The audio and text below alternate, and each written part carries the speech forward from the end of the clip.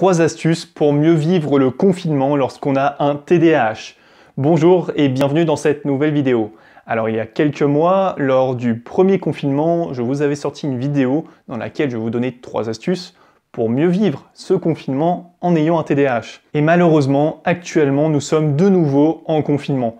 Alors je vous avais demandé à plusieurs reprises si vous souhaitiez que je vous fasse une vidéo, une seconde partie en fait de cette première vidéo dans laquelle je vous partagerai de nouvelles astuces pour mieux gérer ce confinement en ayant un TDAH. Et vous avez été très nombreux à me répondre positivement, à me dire que vous seriez vraiment OK pour que je vous repartage d'autres astuces. Donc c'est parti. Et si vous n'avez pas encore vu la première vidéo que j'ai réalisée sur le confinement, je vous invite à aller la voir de suite. Elle sera en annotation juste ici. Et voilà, vous revenez après voir celle-ci. Comme ça, vous pourrez regarder les vidéos dans l'ordre. Alors, la première astuce que je vais partager avec vous est de tout simplement maintenir une vie sociale qui soit équilibrée, de ne pas vous isoler, d'accord? Car comme nous sommes en confinement, nous avons tendance à justement nous isoler, c'est le but. Et il faut tout de même essayer de maintenir un lien avec notre famille et également avec notre cercle d'amis proches.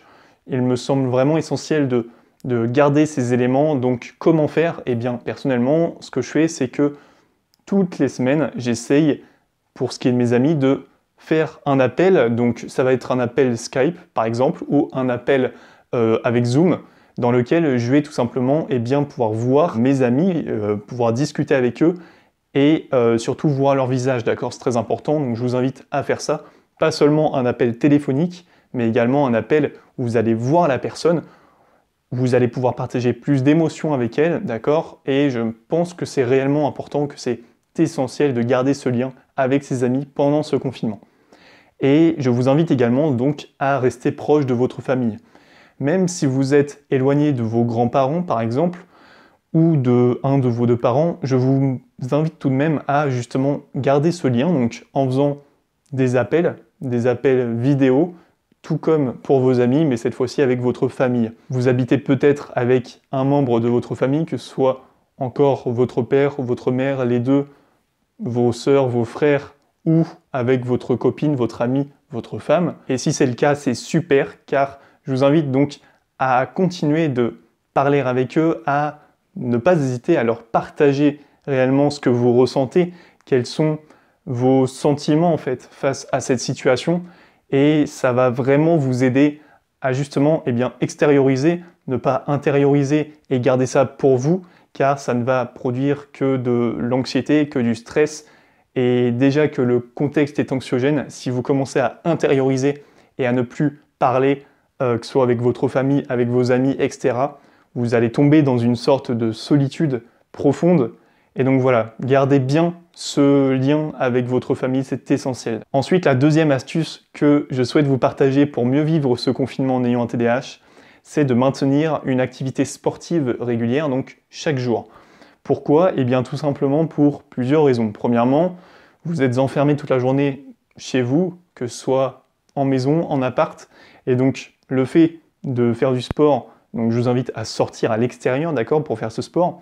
Donc ne serait-ce qu'aller marcher ou aller courir, faire du basket, si vous avez un terrain de basket pas loin de chez vous, que ce soit à 1 km, à 20 km, à 30 km en fonction de la période et des restrictions qui seront appliquées au moment où vous regarderez cette vidéo. Mais voilà, sortez pour marcher, pour faire du sport, pour vous aérer l'esprit, pour changer tout simplement votre corps d'état, on va dire, et ça va vraiment être bénéfique autant sur votre concentration, pour ceux qui sont en cours ou pour ceux qui travaillent.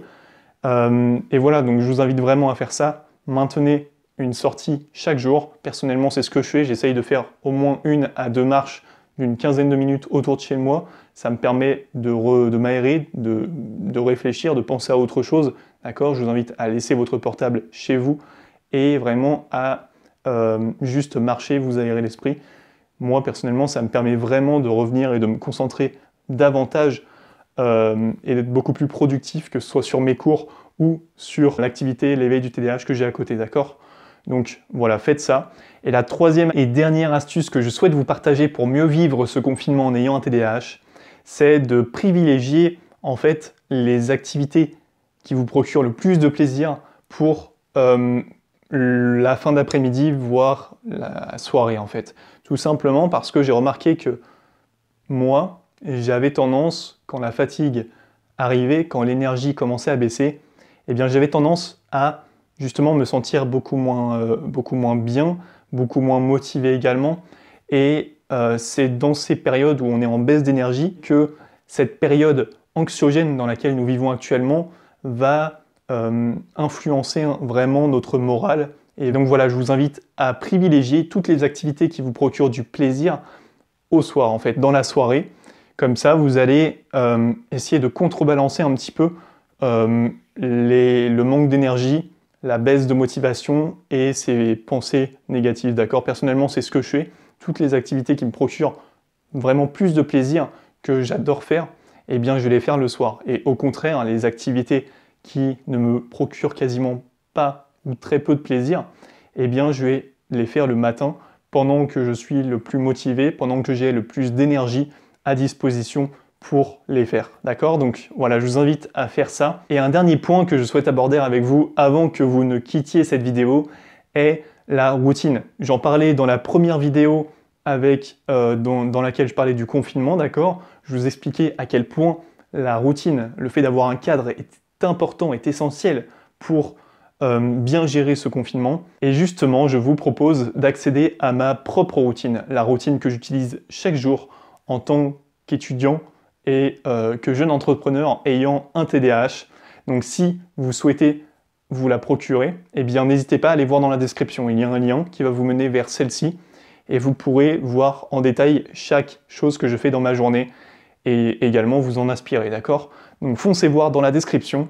Et si vous avez apprécié cette vidéo, n'hésitez pas à la partager, à la liker et surtout à vous abonner, d'accord? C'est l'essentiel, c'est ce qui fait que ma chaîne va être mieux référencée, que plus de personnes qui ont un TDAH vont pouvoir voir cette vidéo et vont pouvoir mieux vivre avec leur TDAH. Moi, je vous retrouve très vite dans une prochaine vidéo. C'était Arthur, je vous remercie pour votre attention. Ciao, ciao!